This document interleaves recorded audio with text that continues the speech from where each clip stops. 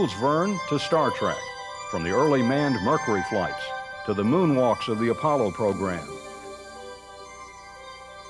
Space has been the substance of our dreams and the focus of commercial and military exploitation. From the earliest rocket experiments to the current satellites that bring us cellular telephones, television, and the World Wide Web, space has become an integral part of our daily lives. With over 7,000 objects currently in orbit around the Earth and large satellite networks proposed for the near future, it is evident that space has become crucial to worldwide economic development and national security. The men and women of today's Air Force have been instrumental in maintaining the U.S. position as the world's air and space power leader. The heritage of the U.S. Air Force is rich, mainly due to the ideas and inventiveness of airmen throughout history. This program reviews the development of America's space power and the impact it has on today's and will likely have on tomorrow's military operations.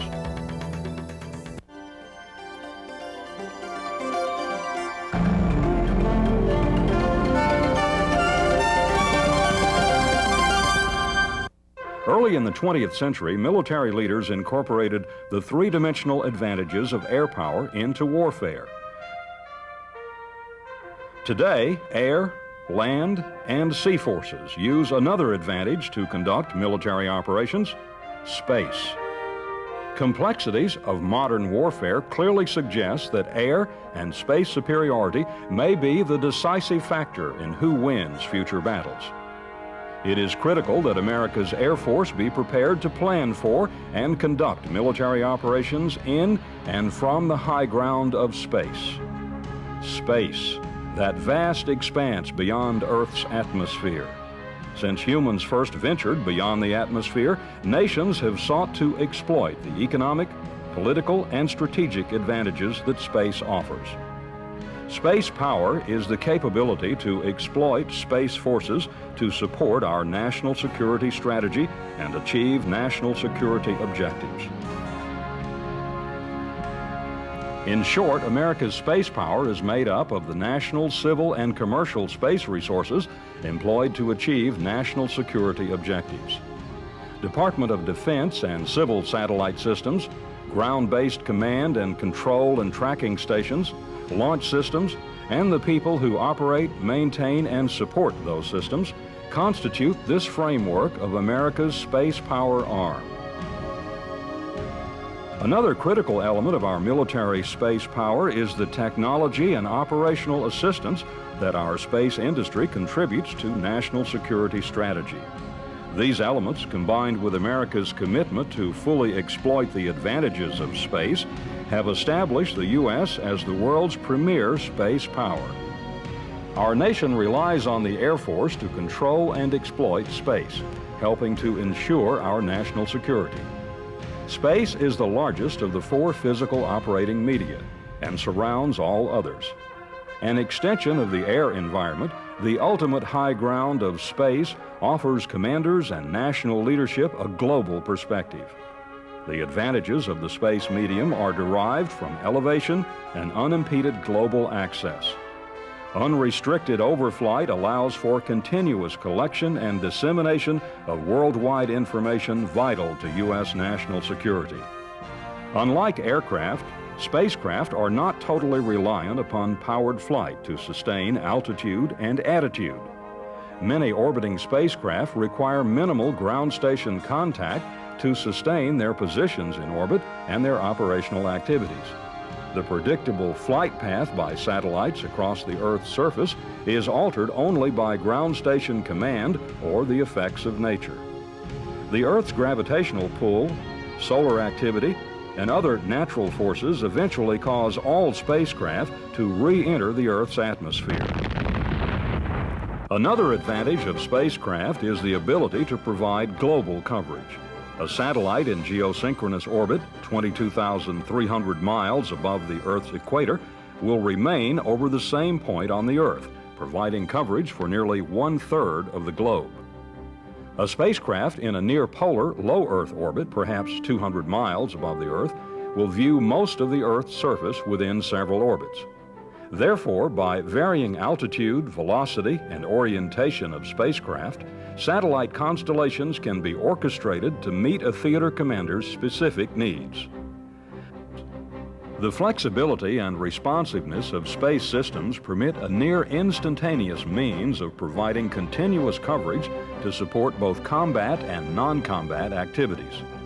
Space systems providing a non-intrusive global presence enable real-time and near real-time support throughout the full range of military operations. These advantages, when combined with America's air, land, and sea power, provide the U.S. with superior military capabilities. This was demonstrated clearly during the 1991 Gulf War, but this remarkable success began many decades earlier. Although the theories of spaceflight came from the principles of Sir Isaac Newton and other great physicists, it was Robert H. Goddard who is recognized as the father of contemporary space exploration. Goddard was the first American to postulate that a rocket could be propelled into outer space. Influenced by Jules Verne's and H.G. Wells' late 19th century fictional space works, Goddard dedicated himself to research and experimentation with rocket fuels and propulsion systems that might propel objects into space. In the late 1930s, Goddard successfully tested many of his theories. Unfortunately, the impending prospect of a Second World War placed a veil of secrecy over his work. In 1939, the United States, Soviet Union, Great Britain, and Germany began pursuing the development of a rocket-powered weapon. The most famous of these programs was Germany's medium-range ballistic missile program, the V-2. Though largely a weapon of terror, the V-2 attack served to motivate both the U.S. and Russia to secure the V-2 technology as the war closed. On 7 November 1944, General Hap Arnold asked Dr. Theodore von Karman to organize the Army Air Force's Scientific Advisory Group to outline a research and development program guiding the Air Forces for the next 20 years. The Scientific Advisory Board published the results of its findings in a document 14 months later titled Toward New Horizons. It foretold that future combat might include rocket barrages with atomic warheads. Later, in 1945, the U.S. retained over 450 top German missile scientists, including Germany's chief V-2 scientist, Wernher von Braun. Von Braun would become instrumental in many future U.S. space achievements and a key figure in establishing America's initial space strategy. In 1945, America's interest in pursuing space activities accelerated when von Braun reunited Hitler's former V-2 program scientists to form the nucleus of America's civilian and military space program. Their report to the U.S. Army on the potential of rocket-launched satellites generated intense competition within the military over which service would become the primary lead for space activities. Major General Curtis LeMay, Director for Research and Development for the Army Air Forces, commissioned the RAND Corporation to study the military applications of space. RAND proposed a military satellite system to support the nation's intelligence effort in tracking Soviet nuclear weapons development. This was America's first step toward using space in support of national security goals. The infancy of America's space power originated directly from the ensuing nuclear arms race. In the late 1950s, after initially concentrating on airborne reconnaissance, President Eisenhower directed acceleration of the Vanguard satellite program. The Vanguard program and the President's policy on space access were originally designed to provide a legitimate cover story for the U.S. space-based intelligence collection program, Corona. The intent was also to dilute world interest in U.S. plans to exploit space for national and military purposes. But before the Vanguard or Corona programs could be launched, the world was shocked by the shot heard and seen around the globe. On 4 October 1957, the Soviet Union placed Sputnik 1 into a low Earth orbit using a modified intercontinental ballistic missile. Sputnik 1 remained on orbit for 57 days and established the Soviet Union as the first nation to reach space. This confirmed U.S. fears of Soviet advancements in space and missile technologies and launched what became known as the space race. On 31 January 1958, the U.S. entered space with the first launch of the Explorer satellite program. These events, along with America's recognition of the potential value of space, serve as the genesis of America's space power today.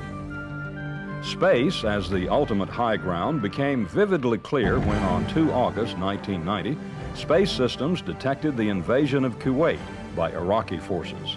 This timely warning from space assisted U.S. decision makers in planning and executing America's military response.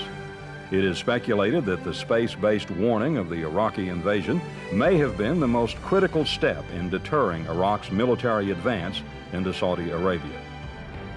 As Operation Desert Shield progressed, Space Systems provided continuous communications, weather, positional information, surveillance, and reconnaissance, all crucial to pre-Gulf War planning and staging.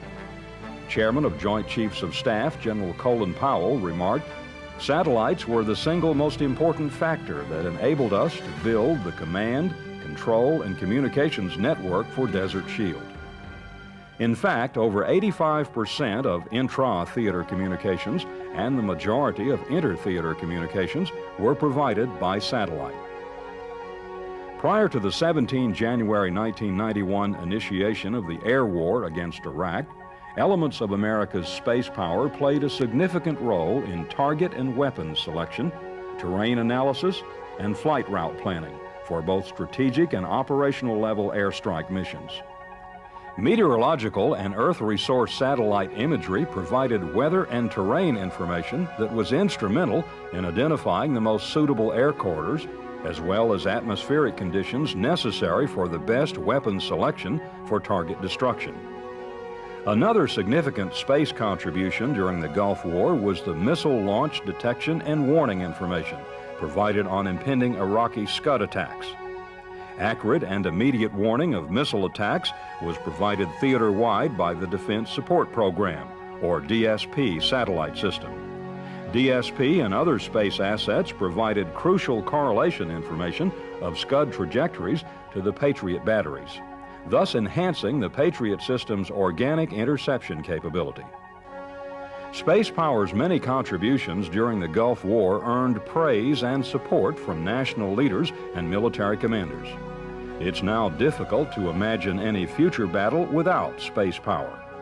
General Charles A. Horner, Joint Force Air Component Commander for the Gulf War and later Commander-in-Chief, United States Space Command, put it best when he said, "Our experience in Desert Storm was a watershed for space power. Space is now so integral to joint and combined military operations that were we to remove space assets from our military arsenal, we would be relegated to employing warfighting tactics much like those of World War II." The Gulf War demonstrated space power's essential contribution to terrestrial warfighters. Additionally, the Gulf War acted as a catalyst for the development of tactical space applications for future military conflicts. Regional and geopolitical instability, rapid technological change, and proliferation of weapons of mass destruction will force changes in the way military leaders think about space. Just as the airplane evolved from an observation platform during World War I, space power will continue to mature as an integral part of global engagement, the Air Force's vision for the 21st century. The U.S. is unsurpassed as the world's leader in space. However, the relatively easy access to commercial space information that can be exploited militarily is slowly eroding that lead. Commercially available space capabilities now include navigation, communications, weather, surveillance, reconnaissance, and multispectral imagery technologies. These readily available products may provide a future adversary with many of the same advantages now available to U.S. combat forces. The proliferation of space-based systems with military applications and the commercial availability of militarily significant satellite information may challenge America's ability to retain de facto space superiority in future conflicts. To remain the world's leader in space, America must continue to exploit space and stand ready to counter future space threats. Space power plays a prominent role in shaping future Air Force and national security strategy. With sizable force drawdowns worldwide, space systems offer the ability to fill some of the void created by overseas base closures and diminished human intelligence. Space surveillance and reconnaissance keep national and military leaders cognizant of international developments and potential threats to national interest. Panchromatic and multispectral imagery space assets provide commanders with critical surveillance data, terrain analysis, weather, and order of battle information. America's space power keeps U.S. leaders informed of events related to national security, helping to expedite crisis action planning and resolution even before a potential aggressor acts. The global awareness derived from a robust space infrastructure provides global presence without incurring the substantial cost or direct threat inherent in surface force deployments. This continuous presence, combined with America's superior air, land, and sea power, strengthens deterrence. The future of space power is vast. Advancements in laser and directed energy weapons will offer theater commanders a space-based air and missile defense system for their theater air defense architectures. Evolving digital technologies and expanding communications capabilities will provide a future weapons reprogramming capability after the weapon has been released. Space control and the potential for force application in and from the space environment will become increasingly important to the theater commander. Not only must friendly space support and force enhancement missions remain protected from threats, it must be assumed that any future adversary's space capability or access to space information will have to be neutralized to ensure that a commander's objectives are attained.